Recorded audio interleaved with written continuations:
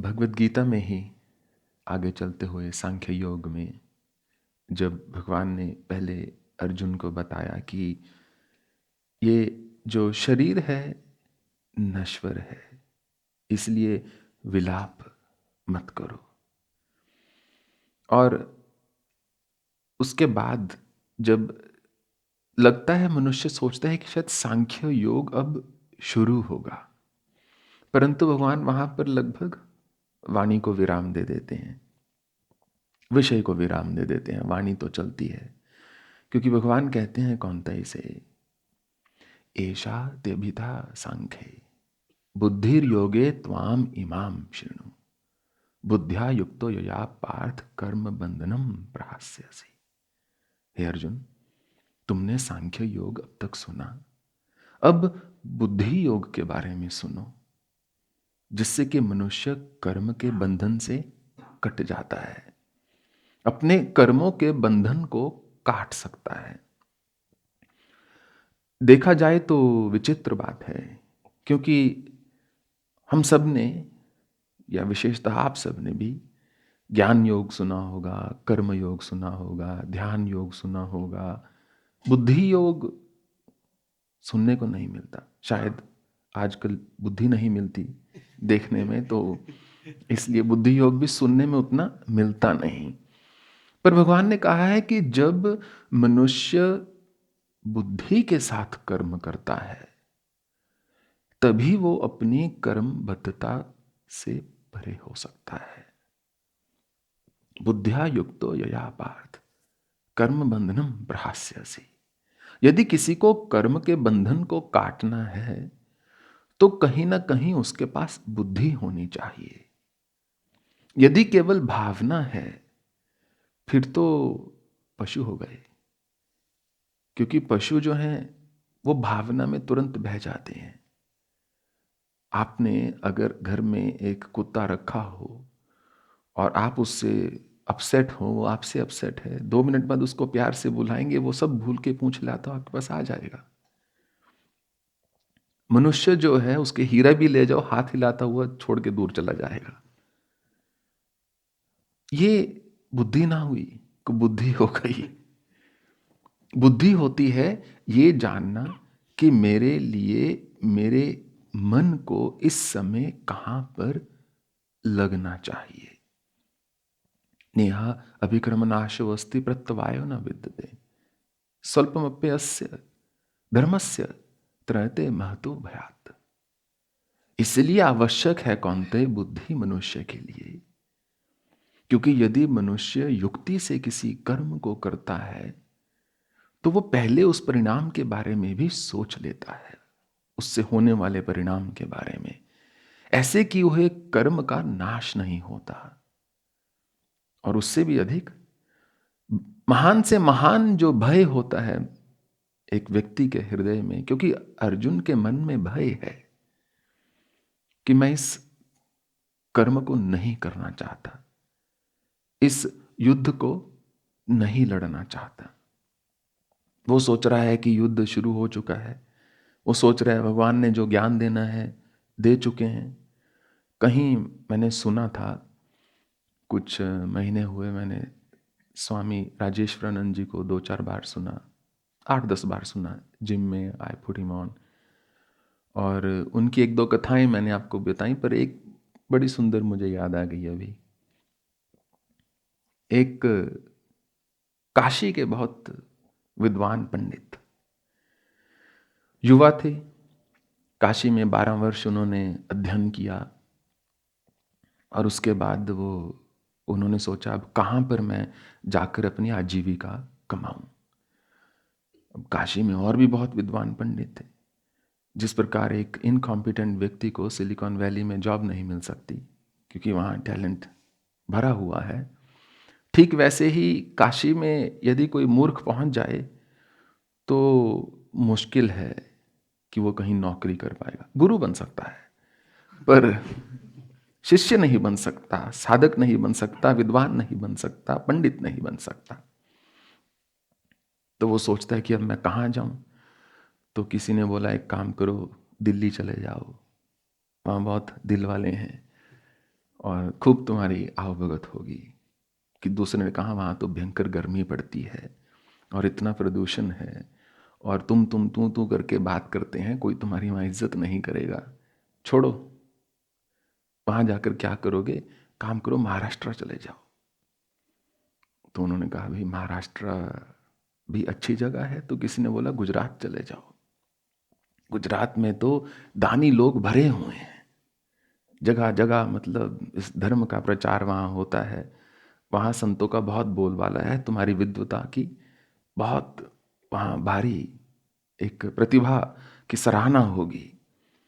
और भागवत का वो पाठ करता था, भागवत पर तो वो कृष्ण के नाम से ऐसे ही मर मिट जाते हैं, इसलिए गुजरात चले जाओ। सोचते चलो ठीक है। अब उसने सोचा गुजरात किसी जगह का नाम है, गुजरात तो एक पूरी स्टेट का नाम था। तो स्टेशन पर जाता है, गुजरात की टिकट दे दो। तो बोलता है गुजरात में कहाँ, गुजरात मतलब गुजरात की दे दो। तो उसने बोला कि पर कोई स्टेशन तो होगा गुजरात का, जो भी सबसे पहला आता है, उसने कहा उसका दे दो। तो सबसे पहला स्टेशन एक गांव का आता था। वो उतर जाता है वहां पर, उतर के जब आगे चलता है तो सोचता है कैसे प्रचार शुरू करूं, कैसे पेट को भरूं, कैसे अपनी आजीविका को बनाऊं। तो एक बाहर एक दुकान सी लगी होती है, वहां पर बैठ के एक व्यक्ति थोड़ा विद्वान लगता है, पढ़ा लिखा लगता है, और धूप अगरबत्ती चल रही होती है, और उसको लगता है कि ये कोई पुरोहित ही है। तो उनके पास जाता है, कहता महाराज कैसे हैं आप। तो पुरोहित, समय मत बर्बाद करो, जाओ यहाँ से।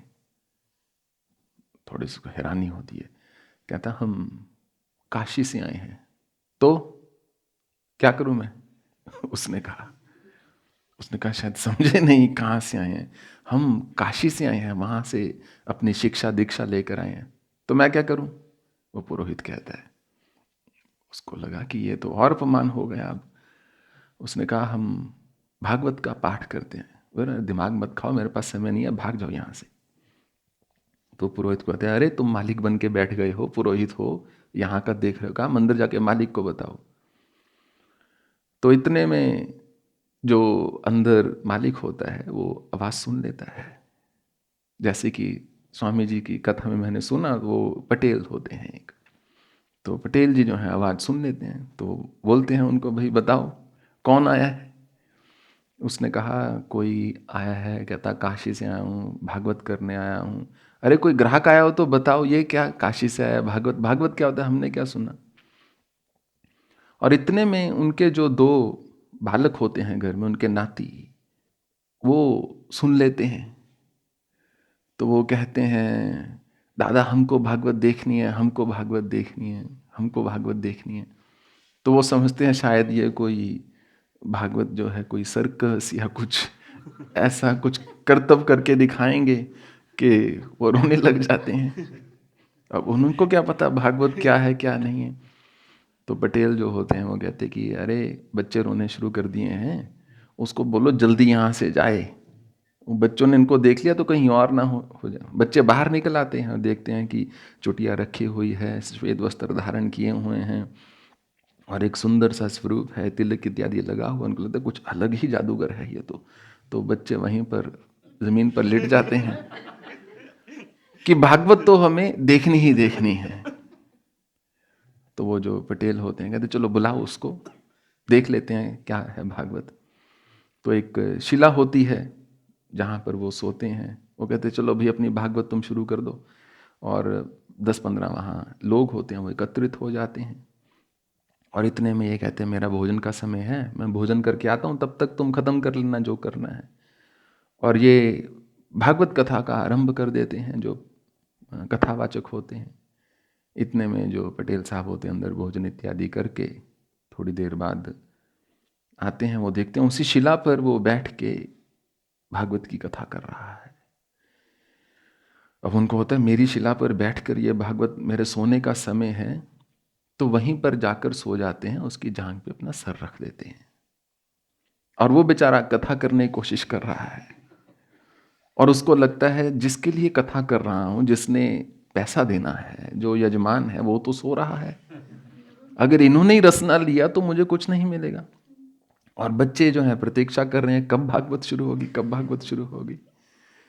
इतने में जब ये कथा करने की कोशिश कर रहे हैं, ये जो यजमान हैं पूरी तरह सो जाते हैं और खराटे लगाना शुरू कर देते हैं। अब वो कुछ श्लोक बोलने की कोशिश करें, बीच में साउंड इफेक्ट चल रहा है इनका, बड़ी समस्या हो गई। तो कथावाचक को लगा कि ये तो बड़ा अनादर है भाई, कि और मैं कथा नहीं कर पा रहा, ये व्यक्ति इतना जोरों से सोया हुआ है, इसको थोड़ा उठा दिया जाए। तो उनको ऐसे हिला देता है कि पटेल साहब, पटेल जी महाराज उठिए, कथा चल रही है भागवत की। वो कुछ लोग होते हैं जब उनको उठाया जाता है तो गुस्से में क्रुद्ध हो जाते हैं बहुत, तो उनको क्रोध आ जाता है, वो एक जड़ देते हैं पंडित के कि मुझे उठा दिया तुमने, मैं तो सोया पड़ा था। और इतने में पंडित के जो हृदय को इतनी ठेस पहुंचती है कि मैं इतना गिर गया, रोटी खाने के लिए निकला, थप्पड़ खा रहा हूं कि मैं कथा कर रहा हूं, ऐसी भी क्या बात होगी पैसे की, कहीं और जाके खा लूंगा रोटी, मैं नहीं छोड़ूंगा। वो रख के दूसरा वापस देता है पटेल जी के। अब जो यजमान है वो एकदम झन्ना जाता है कि है मेरे पड़ गया, मेरे स्टाफ के आगे, मेरे घर वाले के आगे, मेरे उनके आगे, दोनों जोर जोर से लड़ाई शुरू कर देते हैं, गुत्थम गुत्थम। और बच्चे ताली लगाना शुरू कर देते हैं। अब गांव वाले के लिए पहला अवसर था, उन्होंने कहा अब हुई भागवत शुरू। अब तक तो शायद स्तुति चल रही थी, असली भागवत तो अब शुरू हुई और बच्चे खुश। तो खूब लड़ाई हो रही है और वो एक गड्ढे में पास में रोल करते हुए गड्ढे में गिर जाते हैं। जब गड्ढे में गिर जाते हैं तो सारे जो पंडित हैं वो ऊपर, यजमान नीचे। अब सारे कहते हैं इनको भागवत चढ़ गई है, अब समझे भागवत कोई ऐसी देवी का नाम है, कोई पावन आई है, अब भागवत को उतारना होगा। तो सब कहें पंडित जी भागवत हमने देख ली है, अब और नहीं देखनी, आप इनको छोड़ दीजिए, ये मर जाएंगे, थोड़ा वृद्ध हैं। तो उन्होंने कहा कि पंडित जी को लगा कि ये तो 4 पैसे बन सकते हैं। उन्होंने कहा एक गाय लगेगी, 5,000 रुपया लगेगा। तो उन्होंने कहा ठीक है हम दे देंगे, आप छोड़ दीजिए। तो उन्होंने कहा ठीक है, गाय लाई जाती है, 5,000 रुपया लाया जाता है और ये कथावाचक कहते हैं अब मुझे रस्सी दो कोई, मैं ऊपर आऊं।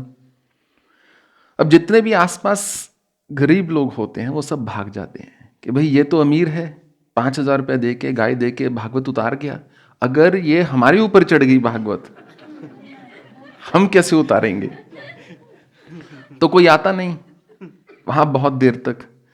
तो फिर पंडित जी इस घर परिवार को बोलते हैं देखो कम में हो जाएगा, मुझे ऊपर उतारो, मुझे बाहर निकालो, तो ही भागवत की कथा जो है आपकी पूरी होगी। और बच्चे जो हैं बहुत खुश होते हैं कि हमने आज भागवत देखा, अपने दोस्तों को, मित्रों को, स्कूल में सब जगह जाकर बताएंगे कि भागवत कैसा होता है।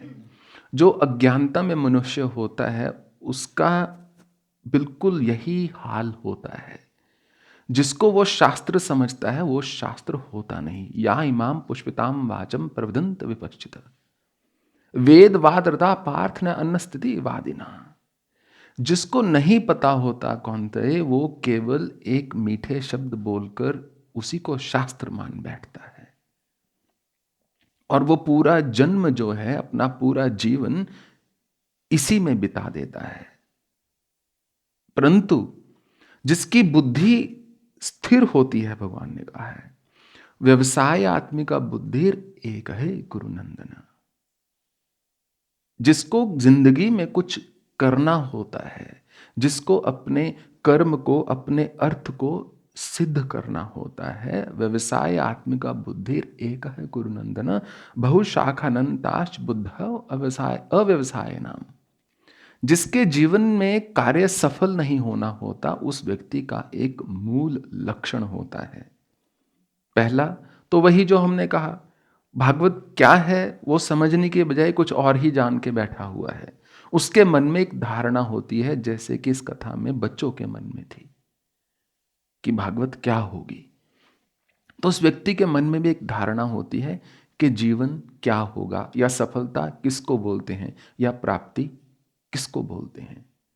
वियतनाम के बहुत बड़े संत हुए थिक नॉट हान, उन्होंने कहा कि मुझे कई बार सोच के हैरानी होती है और हंसी आती है कि जब मैं युवा था और जब मैं मंक बना, भिक्षु बना, तो मैं बिल्कुल एक प्राप्ति की परिभाषा मेरे मन में अलग ही थी।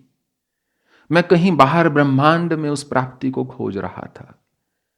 मैं सोच रहा था प्राप्ति होने पर ना जाने क्या हो जाएगा। बहुत बाद में जाके मुझे समझ आया कि जो भी मेरे पास है वो मुझे प्राप्त ही तो है। उसके अतिरिक्त और प्राप्ति क्या होती है?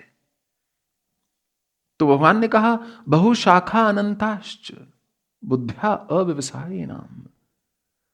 अर्जुन, जिंदगी में हमेशा बहुत सारे रास्ते मनुष्य के सामने होते हैं।